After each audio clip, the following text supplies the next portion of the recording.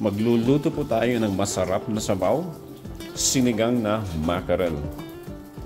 Gagamitin po natin ang dilata.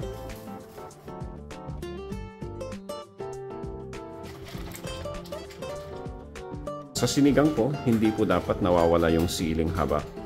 Hindi naman po siya maanghang, pero mas maganda pa yung flavor niya.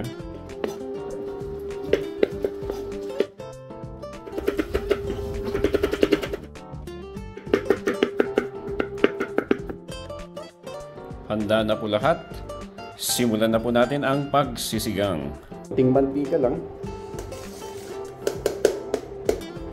Igisa po natin yung luya at yung ating sibuyas muna.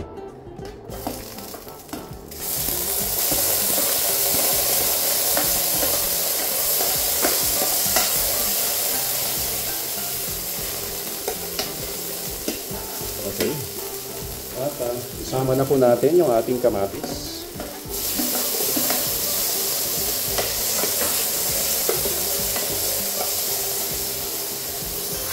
Igisa po natin yung ating kamatis hanggat medyo lumabas yung kanyang juice.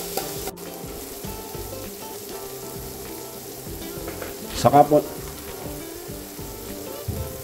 po natin ilagay yung ating mackerel in natural oil.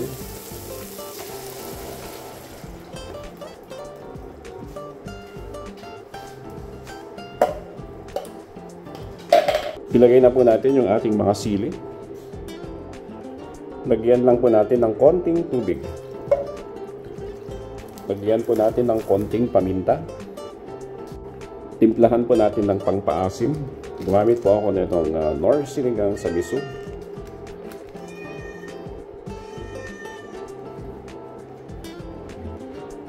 Hayaan lang po natin siyang kumulo bago po natin ilagay yung kangkong.